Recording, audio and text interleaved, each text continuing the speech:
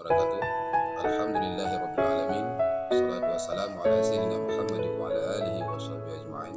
Amma ba'du. Bersyukur pada Allah Subhanahu wa taala. Wassalam pada junjungan kita Nabi besar Muhammad sallallahu alaihi wasallam, keluarga dan sahabatnya sekalian.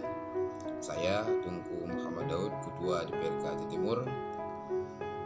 Dalam rangka penanganan penyebaran virus COVID-19, saya menghimbau kepada masyarakat Aceh Timur agar selalu menjaga kebersihan dengan cuci tangan dan berwudu.